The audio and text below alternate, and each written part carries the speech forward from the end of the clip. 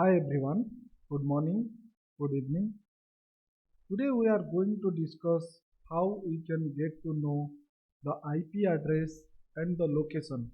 Location here in the sense country from where your Salesforce instance cloud location is running. So why this information is important? Because there are certain data governance rules which protects the data to be moved outside of the country location. For example, address location, geolocation, payment information. These are some kind of sensitive information.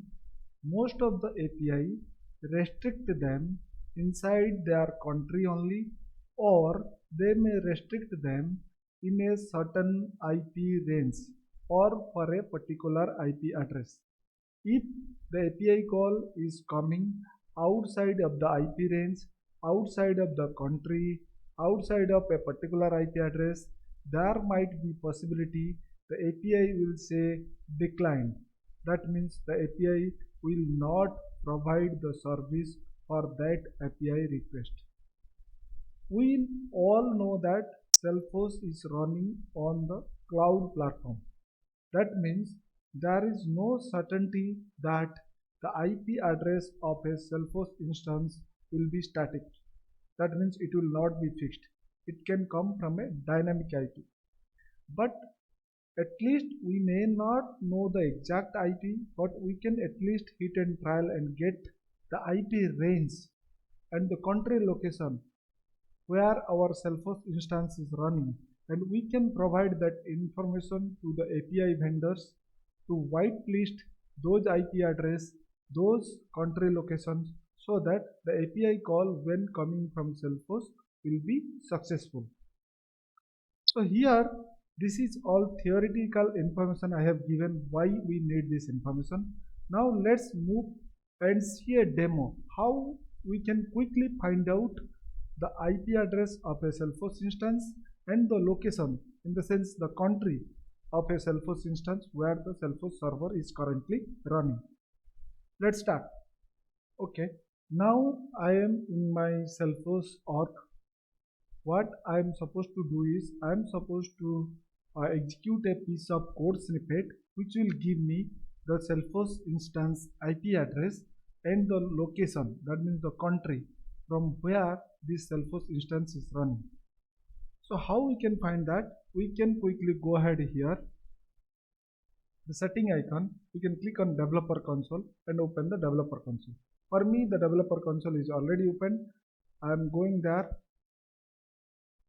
Yes, I am in my developer console. So what I have to do is I have to click on debug, open execute anonymous window. Here what I'm supposed to do is I have a piece of code written over here. This is nothing but a HTTP call out to an external system.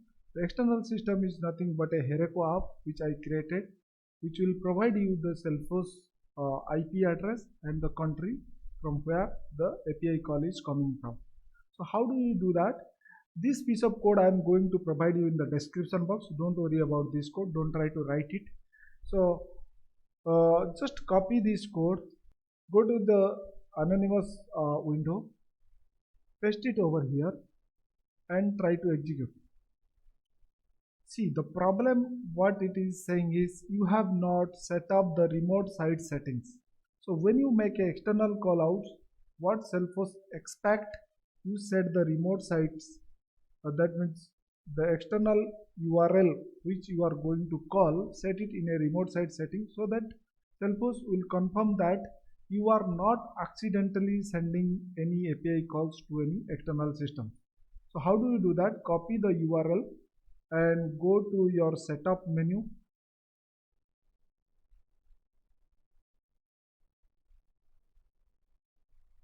In the quick find, search for remote site settings, this one.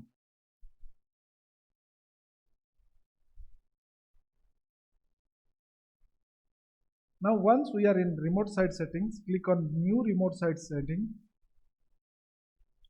provide the URL which we copied, Then give any name, whatever the name you wanted.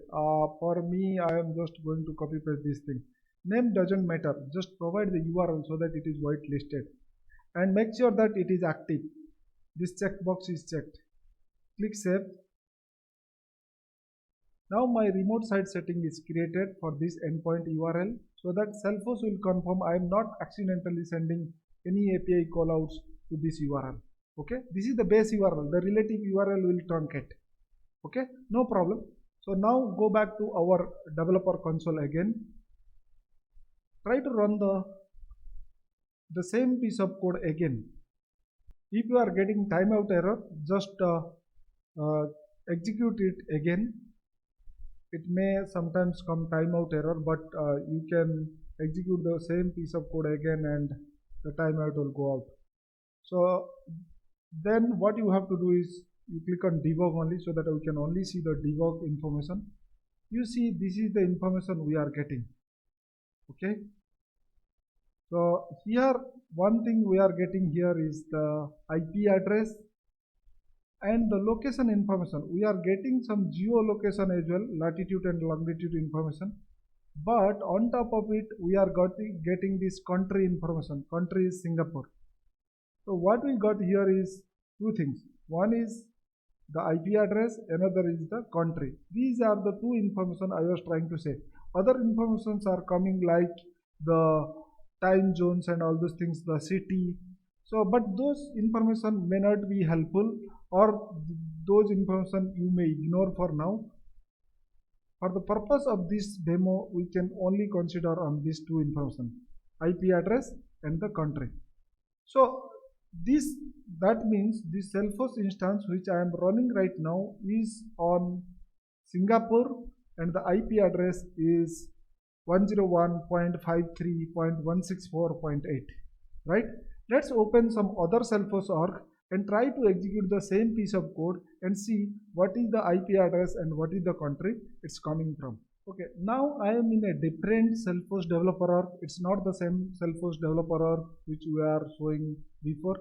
This is a different Salesforce org. So now I am going to same developer console and copy the same piece of code. Then go to debug, open execute anonymous block, and try to copy paste the same piece of code over here. Okay. Now what I'm trying to do is I'm going to execute it.